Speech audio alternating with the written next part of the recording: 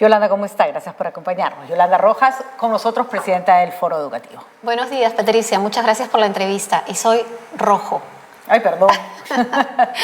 Bueno, acá tengo mal apuntado el nombre, es mi culpa, perdóname. Ahorita corrijo, espérate, en este instante, para que se quede bien puesto para siempre. Bueno, Yolanda, cuéntanos, por favor. El Tribunal Constitucional le está cerrando las puertas a toda iniciativa que busque proteger la demanda que hay, que además es mayoritaria, de los estudiantes por conservar la calidad educativa. Hay que decirlo, hay estudiantes que han quedado en una situación muy precaria, ¿no es cierto? Producto que se cerraron sus universidades, pero primero son la minoría y segundo, se pueden buscar soluciones específicamente para solucionarlo, el problema de ellos, que creo que es algo que quedó pendiente. No se puede retroceder en función de ese grupo todo lo avanzado. ¿Qué mecanismos nos quedan para que nos escuche el TC? Bueno, ayer precisamente Foro Educativo ha logrado presentar la acción de inconstitucionalidad contra la Ley 31520. Es una iniciativa que Foro Educativo ha venido impulsando desde el año pasado. Hemos logrado desde junio del año pasado recabar más de 12.000 firmas. Hace 2 meses finalmente la RENIEC hizo un proceso de validación técnica de las firmas. Hemos presentado la demanda con 9.853 firmas luego de la certificación del Jurado Nacional de Elecciones.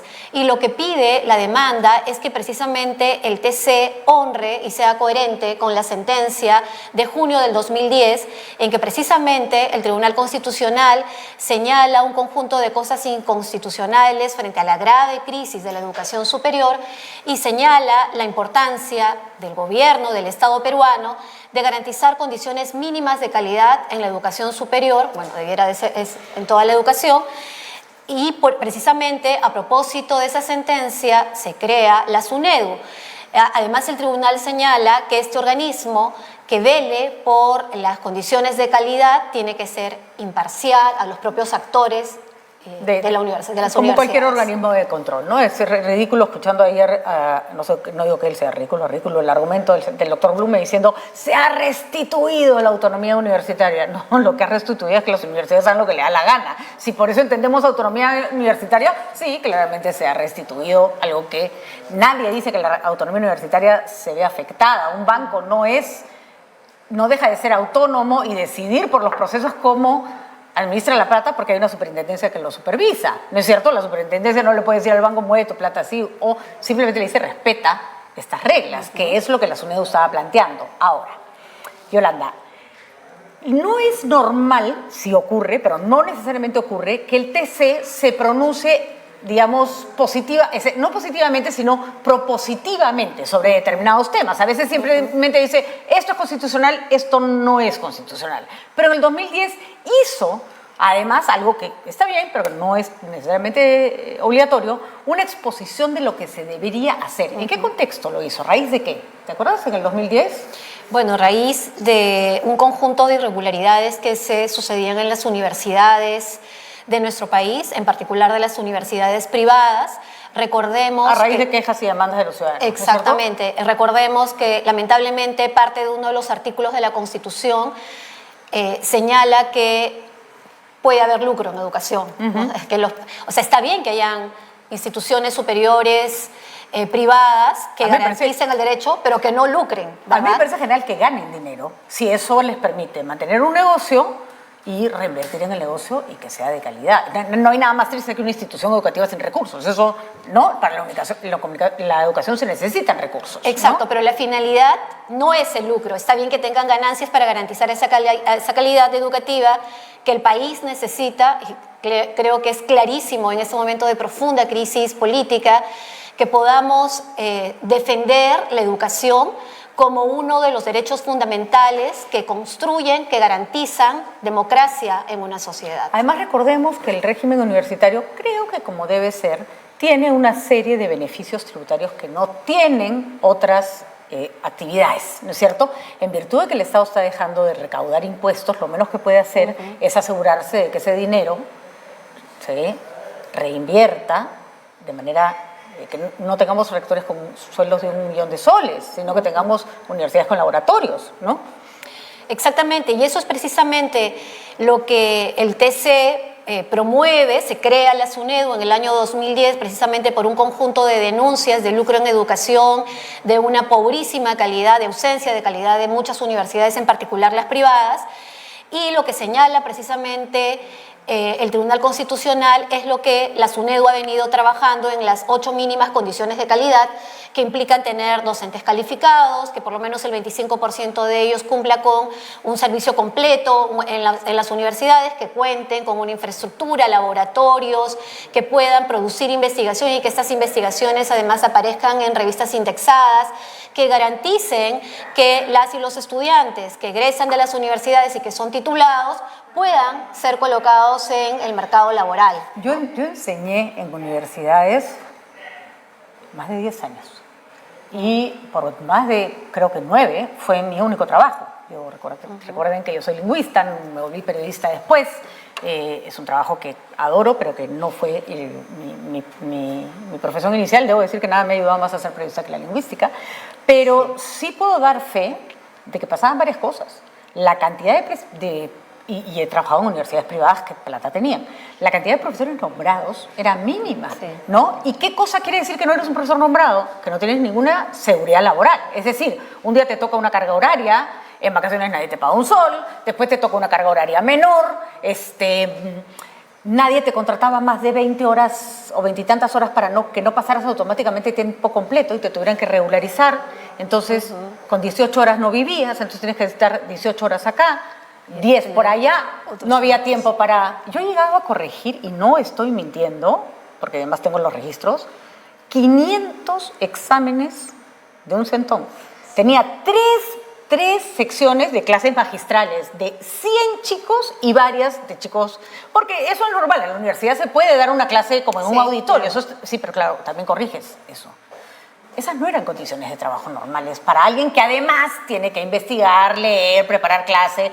Nadie te paga un centavo por la hora corregida, por ejemplo, ¿no? Sí, así es. La precariedad, además de las condiciones laborales de las y los docentes de las universidades, es también bastante serio, ¿no? Y está vinculado también con el conjunto de leyes laborales que tenemos que no garantizan estas condiciones básicas para que un docente, una docente universitaria pueda vivir dignamente de ese trabajo y pueda además desempeñar su labor con la calidad que debiera, ¿no? Por ejemplo, tener tiempo para investigar, poder estar en permanente formación y ofrecer lo mejor a sus estudiantes, porque es fundamental que la ciudadanía en general y que nuestro Estado garantice una educación que favorezca el desarrollo en nuestro país, ¿no? Y por lo tanto la calidad educativa, una calidad que se base en principios humanistas y democratizadores, que precisamente es lo que en este momento se necesita tanto porque nuestro sistema democrático está en grave crisis. No, y además hay que decirle a un profesor que está con esa carga horaria y con ese estrés, no tiene tiempo para preparar la mejor de sus clases. Acá, perdona, yo fui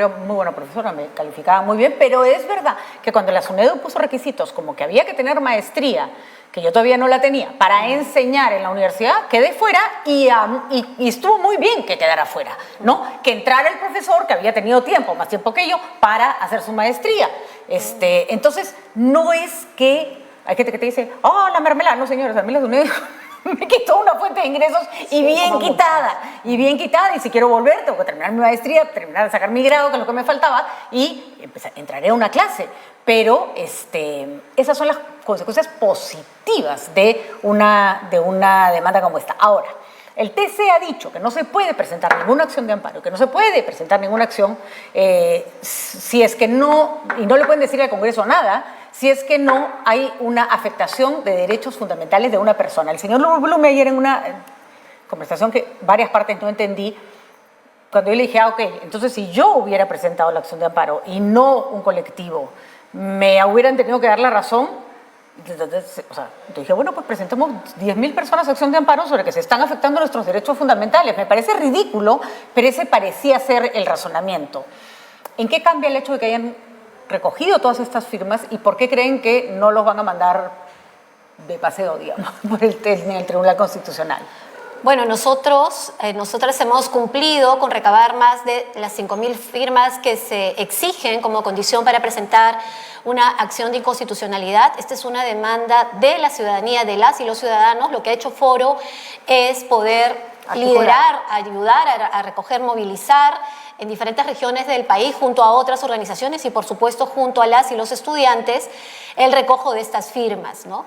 Creemos que el Tribunal Constitucional, que es una institución que debiera de garantizar los derechos constitucionales, tendría que escuchar el pedido de casi 10.000 ciudadanos y ciudadanas, ¿no? Eso es lo que tendría que suceder en un Estado democrático, auténticamente democrático. Muy bien. Yo también creo que es lo que tendría que pasar. Y además, ¿cuál es el argumento más fuerte para declarar inconstitucional la ley o para para señalar que la ley es anticonstitucional? Precisamente porque contradice el fallo del Tribunal Constitucional de junio del 2010, en que es el propio Tribunal Constitucional que sentencia a favor de la creación de un organismo imparcial que vigile, que garantice estas condiciones básicas de calidad de la educación superior que estaba en grave crisis. En ese momento el Tribunal Constitucional señaló que había un conjunto de asuntos inconstitucionales, es decir, que ponían en grave riesgo el derecho a la educación porque no garantizaban la calidad de la educación universitaria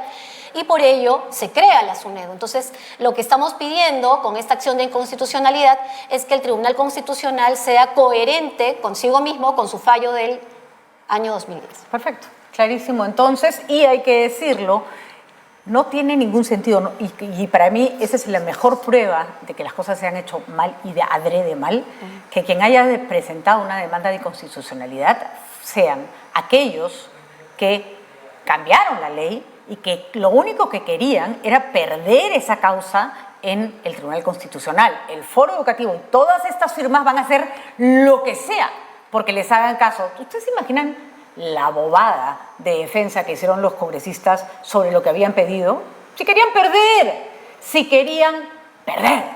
Vamos, señores. Entonces, está clarísimo, ¿no es cierto?, que eso fue una leguleya. El Tribunal Constitucional ni siquiera debió aceptar una demanda de inconstitucionalidad proveniente de quienes habían aprobado esa ley y a quienes les convenía que la ley se declarara constitucional. Eso es. No hay que ser abogado para darse cuenta que hay algo profundamente perverso en esa decisión.